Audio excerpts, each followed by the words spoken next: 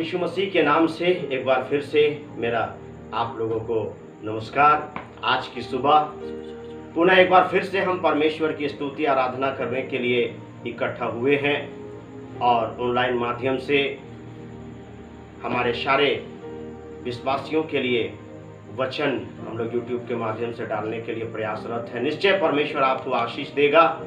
और पिछले सप्ताह हम सीख रहे थे कि किस प्रकार परमेश्वर का वचन कहता है हमारे विचार और परमेश्वर के विचार में जमीन और आसमान का अंतर है। जिस प्रकार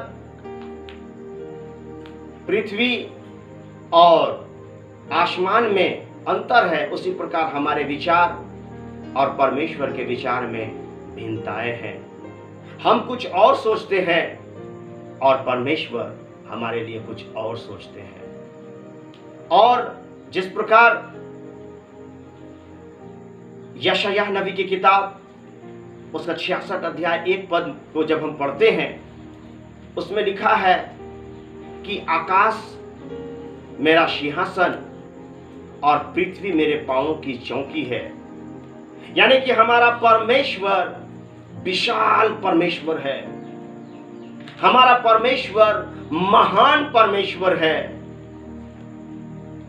और उसके विशाल विचार को, उसके प्रकांड विचार को, उसकी योजनाएं जो हम मानव जाति के प्रति, हमारे प्रति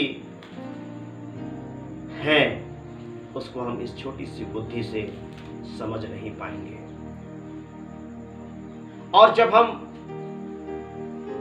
यिर्मयाह नबी की किताब और उसका 29 अध्याय और उसका 11 और 12 पद को पढ़ते हैं, वहां पर ऐसा लिखा है, क्योंकि यहोवा की यह वाणी है कि जो कल्पनाएं मैं तुम्हारे विषय करता हूं उन्हें मैं जानता हूं। वे हानि की नहीं वरन कुशल ही की है, और अंत में तुम्हारी आशा पूरी करूंगा। कई बार वर्तमान में जो परिस्थितियां हमारे साथ में बीतती है, घटती हैं, हम समझ नहीं पाते हैं। और कई बार ऐसे हमें लगता है कि परमेश्वर मेरे साथ है कि नहीं है, मेरे साथ ऐसा क्यों हो रहा है। लेकिन वचन यहां पर कहता है कि जो भी कल्पनाएं मैं तुम्हारे विषय में करता हूं बेटा, जो भी कल्पनाएं मैं तुम्हारे विषय में करती हूं बेटी, है ना, वो तुम्हारी लाभ की है, हानि की नहीं है। लेकिन है ना, तुमको अंत में तुम्हारी आशाएं पूरी होंगी। रोमियो की पत्री में लिखता है, जो परमेश्वर से प्यार करते हैं उनके लिए सारी बातें मिलकर भलाई को उत्पन्न करती है। प्रियो, आज मैं एक दो उदाहरण दे करके आपको बतलाने का प्रयास करूंगा जो परमेश्वर ने मुझे प्रकाशन दिए हैं कि हमारा और परमेश्वर का विचार एक समान नहीं है। हम कुछ और सोचते हैं, परमेश्वर हमारे लिए कुछ और महान योजनाओं को रखा है, महान विचारों को रखा है। लेकिन हम समझ नहीं पाते, हम इंतजार नहीं कर पाते, और हम सकेती में पड़ते हैं, हम परेशानी में पड़ते हैं, और हम पछताने के अलावा हमारे पास कोई और चारा नहीं होता है। उत्पत्ति की किताब को जब हम पढ़ते हैं, उसका 3 अध्याय, उत्पत्ति उसका 3 अध्याय और उसका 7 पद और उसका 21 पद को हम लोग पढ़ेंगे। तब उन दोनों की आंखें खुल गई और उनको मालूम हुआ कि वे नंगे हैं। इसलिए उन्होंने अंजीर के पत्ते जोड़ जोड़कर लंगोट बना लिए। 21 पद, और यहोवा परमेश्वर ने आदम और उसकी पत्नी के लिए चमड़े के अंगरखे बनाकर उनको पहना दिए। मेरी बातों को ध्यान से सुनिएगा। यहां पर मैं आपको यह समझाने का प्रयास कर रहा हूं कि परमेश्वर के विचार और हमारे विचार में जमीन और आसमान का अंतर है।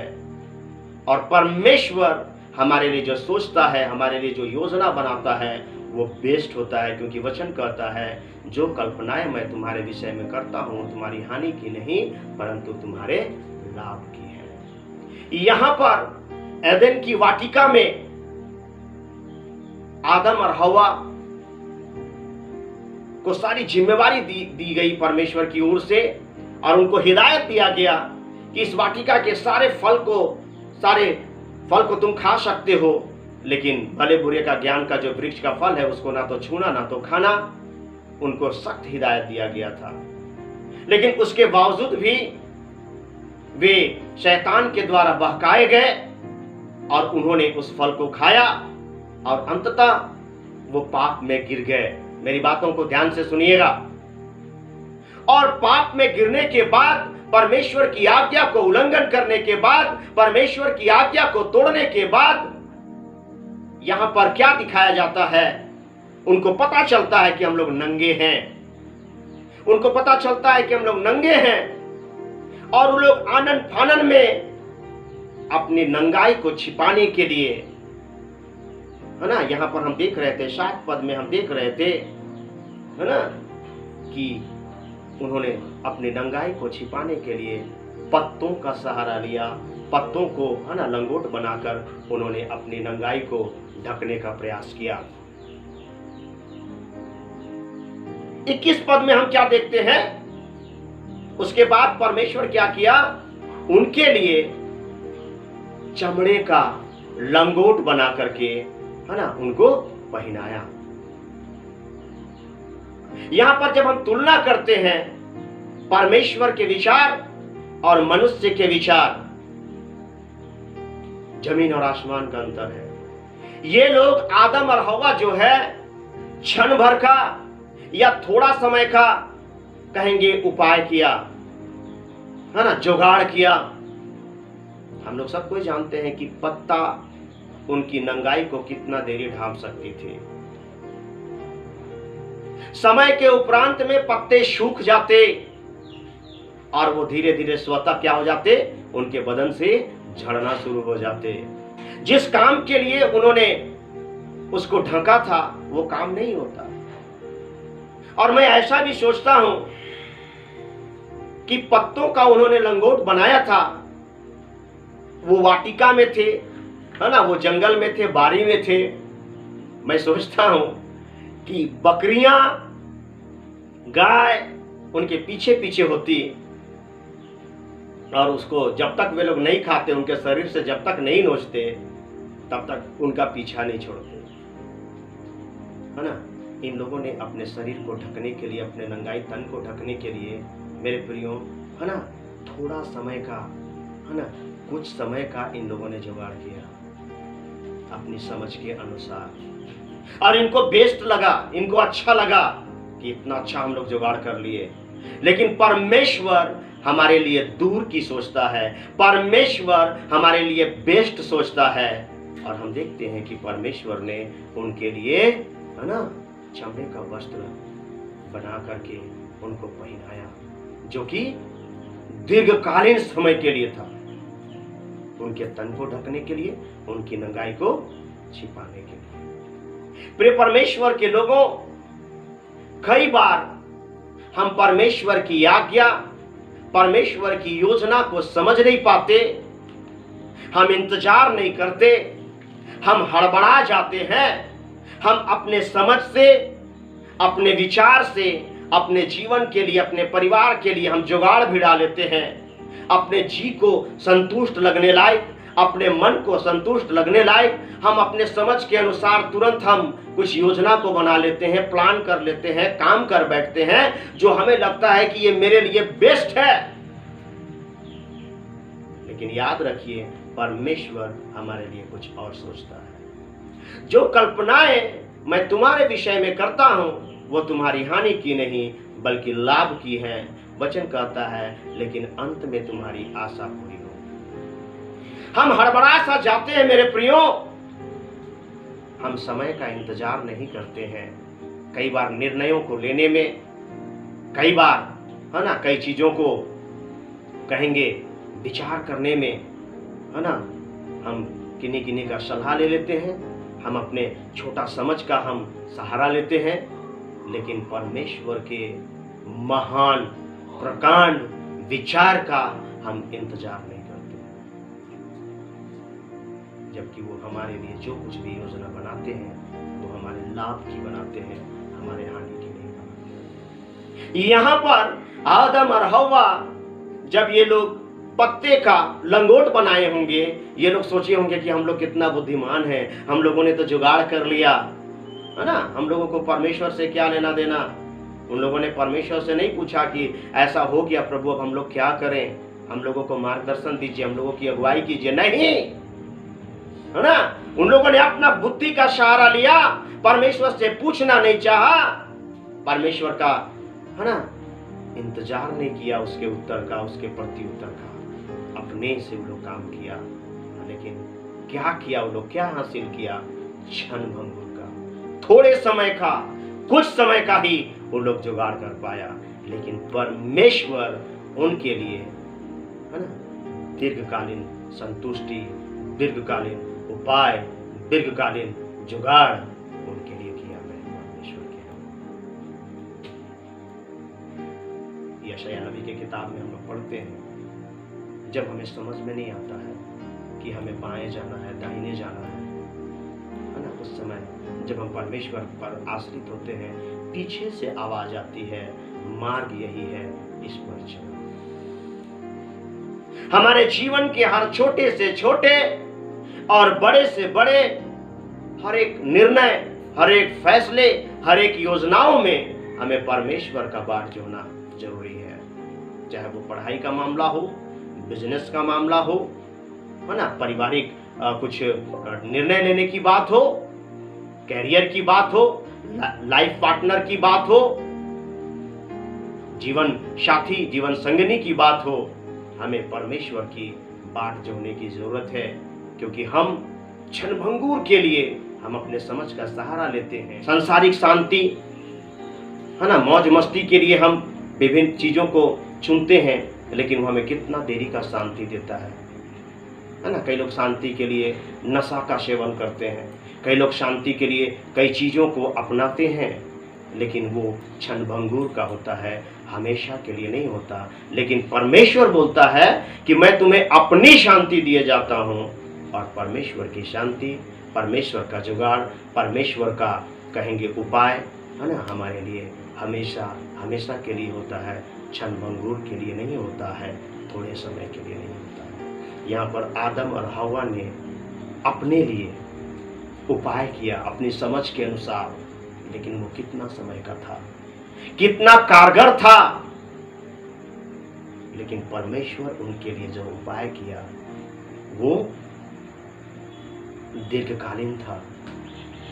एक और उदाहरण मैं आपके लिए रखना चाहूंगा, जो है यूहन्ना रचित सुसमाचार में, और उसका 11 अध्याय, यूहन्ना रचित सुसमाचार उसका 11 अध्याय, और जब हम उसको पढ़ते हैं, उसका 1 पद से लेकर के 6 पद तक जब हम लोग पढ़ते हैं, यहाँ पर लिखता है कि मरियम और उसकी बहन मार्था के गांव बैतनिया का लाजर नामक एक मनुष्य बीमार था।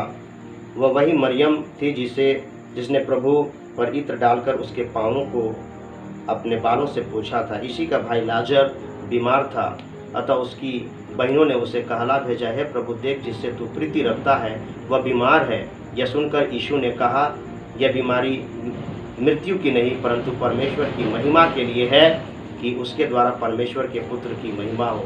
यीशु मार्था की बहन, उसकी बहन और लाजर से प्रेम रखता था। फिर भी जब उसने सुना कि वह बीमार है, तो जिस स्थान पर वो था वहाँ पर 2 दिन और ठहर गया। प्रिय, मेरी बातों को ध्यान से सुनिएगा।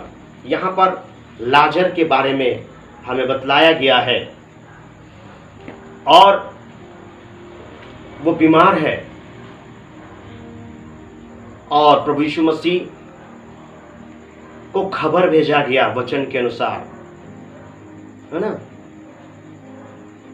लेकिन वचन बतलाती है कि मैसेज मिलने के बाद, खबर मिलने के बाद, क्योंकि वो बैथनिया से थोड़ा सा दूर में था, और उनको खबर पहुंचाया गया कि लाजर बीमार है, आप शीघ्र आइए। लेकिन खबर मिलने के बाद भी वो 2 दिन और वहां पर रुक गए। और जब संदेश उनको मिला तो उन्होंने एक बात कही वहां पर कि ये बीमारी मृत्यु की नहीं है बल्कि परमेश्वर की महिमा की है। और वो 2 दिन वहीं पर रुक गए और अंततः लाजर की मृत्यु हो गई। मेरी बातों को ध्यान से सुनिएगा। वहां पर क्या प्रतिक्रियाएं हो रही होंगी। लोग तरह तरह की बातों को कर रहे होंगे, क्योंकि लाजर के घर में प्रभु यीशु मसीह रुकता था। वहां पर उनका बहुत अच्छा सा अतिथि है ना सत्कार होता था, खाना पीना होता था, वहां पर उनका विश्राम होता था, है ना। लाजर की बहनें जो मार्था और मरियम यीशु मसीह का बहुत सेवा करते थे। लेकिन जब उनके घर में तकलीफ थी, जो भी कि वो लाजर से बहुत प्यार करता था, लाजर को बहुत मानता था, उसके बारे में भी पता चला, है ना, तो वो और 2 दिन वहीं पर रुक गया। यहाँ पर तरह तरह की बातें हो रही होंगी। जब यीशु को पता चला वो क्यों नहीं आया, है ना, उसको पता होने के बाद, है ना, वो क्या किया और वहीं ठहर गया। ऐसा करके, है ना, तरह तरह की प्रतिक्रियाएं हो रही होंगी, है ना। खाने पीने के समय में वो दौड़ के आता है ना, ऐसा करके बात हो रहा होगा। अन्य समय में वो जल्दी आता है, यहाँ पर रुकता है।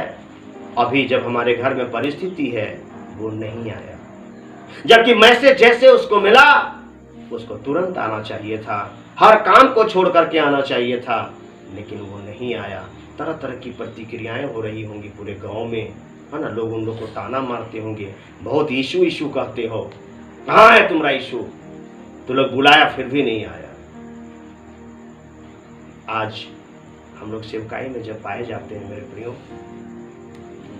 लोग तुरंत फोन करते हैं, तुरंत मैसेज करते हैं, और लोग चाहते हैं कि हम उनके लिए तुरंत अवेलेबल हो जाए। थोड़ा सा विलंब करने से, देरी करने से वे नहीं समझना चाहते हैं कि पास्टर भी मनुष्य है, थका हुआ होगा, है ना, अभी कहीं पर दूसरे जगह में होगा, नहीं समझना चाहते हैं। अभी सडनली, है ना, 14 तारीख को 2 जगह में मीटिंग था, दोनों लोगों ने 6 बजे का ही टाइम रखा। उनका कहना था कि आपको आना ही है। मैं सोचने लगा कि मैं कैसे करूंगा। एक बार 12 बजे रात को एक विश्वासी ने मुझे फोन किया, मैं तुरंत गया। मेरे घर से करीब 9 किलोमीटर दूर मैं पहुंचा उनके घर में।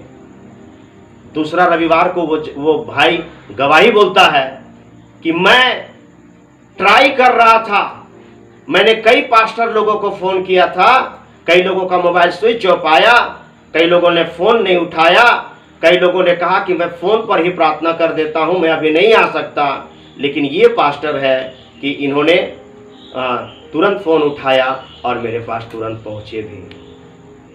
आज ऐसा लोग चाहते हैं कि हम उनके लिए अवेलेबल रहें। प्रभु यीशु मसीह जब वहां नहीं पहुंचे होंगे, तरह तरह की प्रतिक्रियाएं हो रही होंगी वहां पर, यीशु क्यों नहीं आए।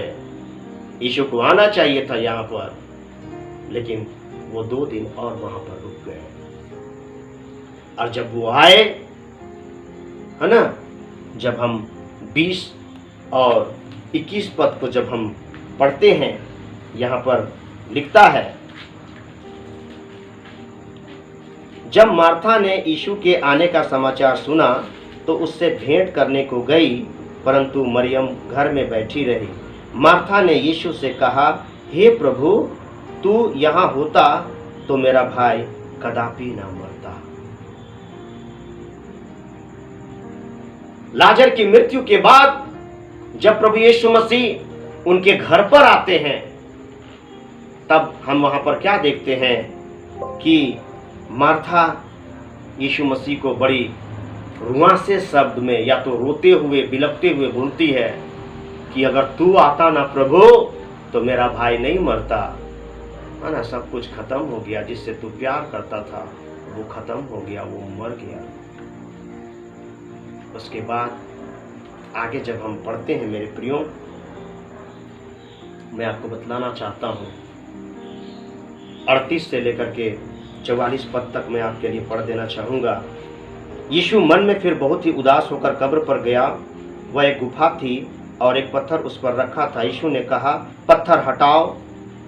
उस मरे हुए बहन की मार्था उससे कहने लगी, हे प्रभु, उसमें से अब तो दुर्गंध आती है, क्योंकि उसे मरे 4 दिन हो चुके हैं।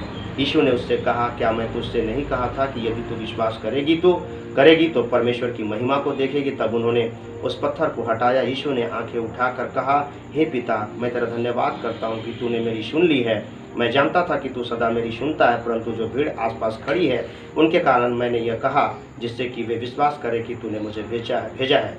यह कहकर उसने बड़े शब्द से पुकारा, हे लाजर, निकल आ। जो मर गया था वह कफन से हाथ पांव बांधे हुए निकल आया और उसका मुंह अंगूठे से लिपटा हुआ था। यीशु ने उनसे कहा, उसे खोल दो और जाने दो। यहां पर हम क्या देखते हैं? परमेश्वर के विचार और मनुष्य के विचार में जमीन और आसमान का अंतर है।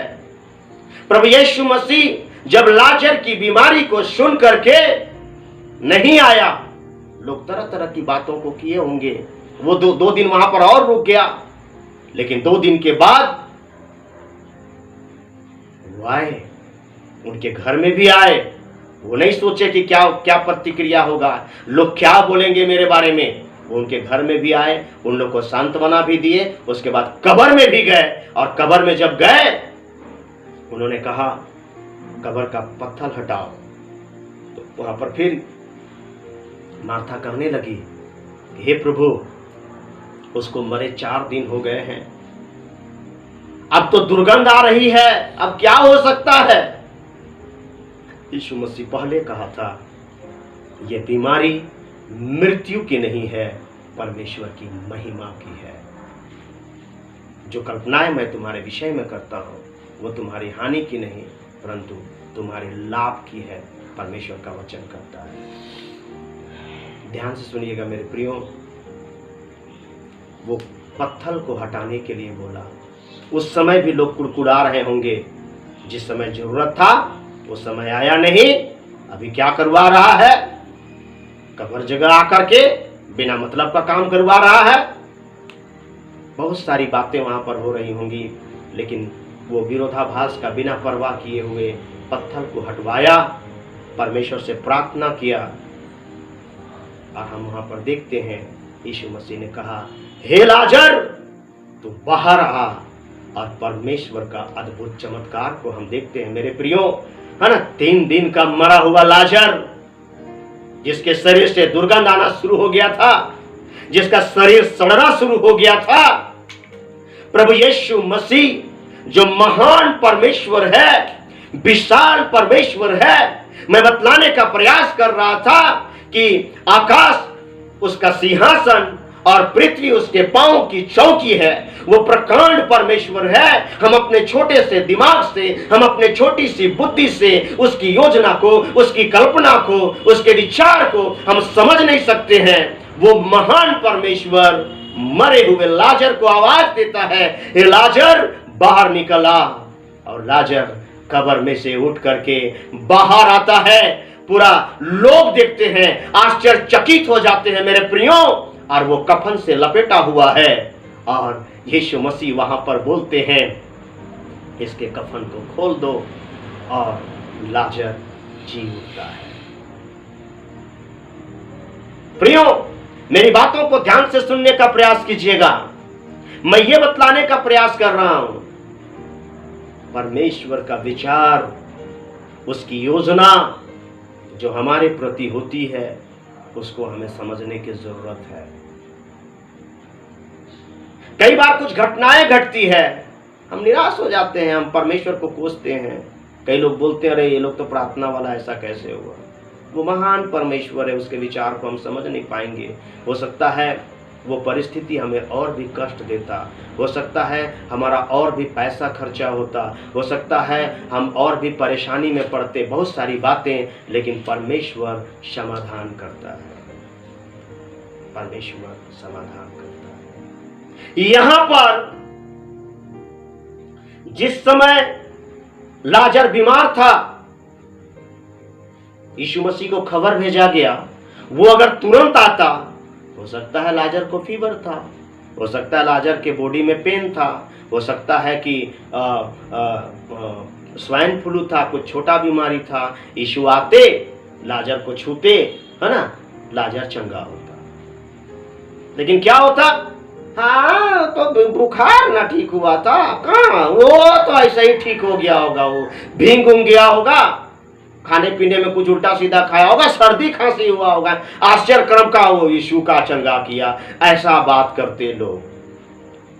अगर यीशु तुरंत आते, लाजर को ठीक करते, वो बीमार था, बुखार था, जो भी था, है ना, लेकिन मरने के बाद आए, जरूर वहां पर थोड़ा सा विरोधाभास हुआ होगा, है ना, यीशु मसीह के विरुद्ध में, विश्वासियों के विरुद्ध में, संगति के विरुद्ध में, प्रार्थना के विरुद्ध में बातें हुई होंगी, लेकिन मरने के बाद यीशु मसीह आए। उसकी योजना को वही जान रहे थे, मनुष्य नहीं जान रहे थे, गांव के लोग नहीं जान रहे थे, मार्था मरियम नहीं जान रही थी, है ना, वो विशाल परमेश्वर वही जान रहे थे।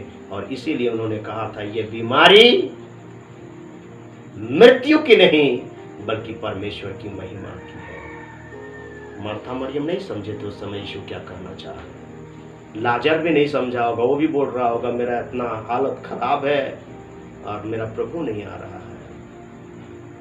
प्रियो, ध्यान से सुनिए, लेकिन मृत्यु के बाद आए, उनको दफना दिया गया, तब आए, और उसके बाद उन्होंने मृतकों में से लाजर को जिंदा किया। ये बड़ा काम के लिए यीशु मसीह वहां पर टिके रहे, ये अद्भुत और आश्चर्य क्रम के लिए यीशु मसीह वहां पर टिके रहे, है ना, एक इतिहास को बदलने वाला सच्ची गवाही के लिए यीशु मसीह वहां टिके रहे कि यीशु मसीह, उनका मृत्यु पर भी अधिकार है। पूरा संसार आज चाहे कितना भी ताकतवर व्यक्ति हो, कितना भी पैसा वाला व्यक्ति हो, कितना भी बाहुबली हो, मृत्यु का डर सबको होता है, लेकिन लाजर को जिंदा करके प्रभु यीशु मसीह ने यह साबित कर दिया कि यीशु मसीह के हाथ में ही जीवन और मृत्यु है। और वहां पर बहुत बड़ा चमत्कार हुआ। लोग छोटी चमत्कार की आशा कर रहे थे, मार्था मरियम, लाजर, उसके लोग छोटी चमत्कार, छोटा काम की आशा कर रहे थे, है ना, बुखार से चंगाई की आशा कर रहे थे, लेकिन सर्वशक्तिमान परमेश्वर उनके लिए कुछ और प्लान किया हुआ था।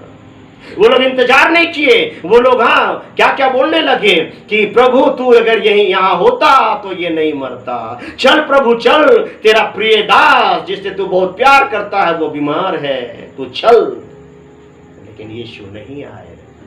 प्रियो, कई बार हमारी परिस्थिति में यीशु नहीं आते हैं, हमारी प्रार्थनाओं में यीशु नहीं आते हैं, इसका मतलब ये है कि वो हमें वेट करने के लिए बोल रहे हैं, वो हमें इंतजार करने के लिए बोल रहे हैं, हमारे लिए, आपके लिए। उनके पास कोई बहुत बड़ा योजना है, बहुत बड़ा प्लान है। हम हड़बड़ा करके अपना समझ का सहारा लेते हैं और पछताने के अलावा हमारे पास कुछ नहीं होता है। हम इंतजार नहीं कर पाते,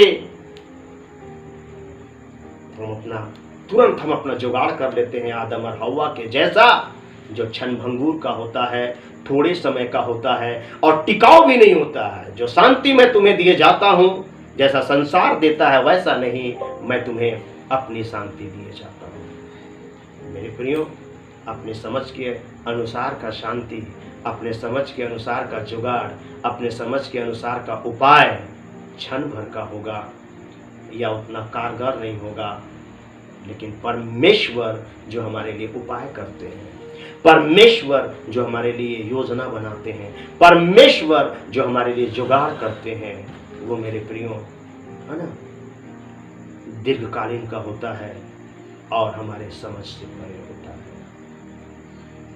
मैं आपको ये समझाने का प्रयास कर रहा हूं, हमारे विचार और परमेश्वर के विचार, हमारी गति और परमेश्वर की गति एक समान नहीं है, है ना। जमीन और आसमान में जितनी दूरी है, भिन्नता है, वैसे ही भिन्नता हमारे विचार और परमेश्वर के विचार, हमारे गति और परमेश्वर की गति में है। हम इस छोटे से बुद्धि से, इस छोटे से मगज से हम परमेश्वर के महान विचार को, महान योजना को नहीं समझ पाएंगे। इसलिए मेरे प्रियो, परमेश्वर का वचन कहता है, तुम्हारे विषय में जो भी कल्पनाएं मैं करता हूँ वो तुम्हारे हानि की नहीं परंतु तुम्हारे लाभ की है, लेकिन अंत में तुम्हारी आशा पूरी होगी। हमें इंतजार करना चाहिए, हमें परमेश्वर का बाट जोड़ना चाहिए, उसकी आवाज को सुनने का प्रयास करना चाहिए। परमेश्वर क्या चाहते हैं मेरे जीवन से, परमेश्वर क्या चाहते हैं मेरे सेवकाई से, परमेश्वर क्या चाहते हैं मेरे परिवार से। हड़बड़ा करके कोई निर्णय, हड़बड़ा करके कोई कहेंगे अपना दिमाग, अपना विचार लगाने से दुख के अलावा, परेशानी के अलावा समझ लगाने से वो समझ हमें पीड़ा देती है मेरे प्रियो। इसलिए वचन कहता है, तू अपनी समझ का सहारा न लेना, वरन संपूर्ण मन से यहोवा पर भरोसा रखना। परमेश्वर के नाम की स्तुति और उसके नाम की महिमा हो मेरे प्रियो। हम परमेश्वर की योजना का इंतजार करना सीखें। हम अपने विचार को परमेश्वर के विचार में, है ना, उसको संलग्न करना सीखें, उसको हम विलुप्त करना सीखें। हम अपनी इच्छाओं को मारें, हम अपने योजनाओं को, प्लानों को, है ना, हम परमेश्वर की योजना और प्लान से ढालने का प्रयास करें। तब हम चमत्कार को देख पाएंगे, तब हम मिरेकल को देख पाएंगे। हम हड़बड़ा करके कई निर्णय को लेते हैं, अपने समझ का सहारा लेते हैं, है ना, और हमारा सेवकाई सक्सेस नहीं होता, हमारा बिजनेस सक्सेस नहीं होता, कई चीज़ों में हम असफल हो जाते हैं। हम परमेश्वर की योजना और उसके प्लान को नहीं समझने के कारण। परमेश्वर का धन्यवाद हो। इन दोनों उदाहरण से मैं आपको ये समझाने का प्रयास किया कि परमेश्वर हमारे लिए बेस्ट सोचता है। परमेश्वर हमारे लिए जो भी योजनाएं, जो भी प्लान करता है, वो हमारे हानि की नहीं बल्कि लाभ की है। हम उसके बच्चे हैं, वो कभी भी हमारे लिए बुरा नहीं सोचेगा। वचन कहता है कि ऐसा कौन बाप है जब उसका बेटा उसको मछली मांगे, है ना, तो उसको पत्थर देगा, सांप देगा, बिच्छू देगा, है ना। हमारा परमेश्वर भी हमें उत्तम, सर्वोत्तम देने के लिए तैयार है।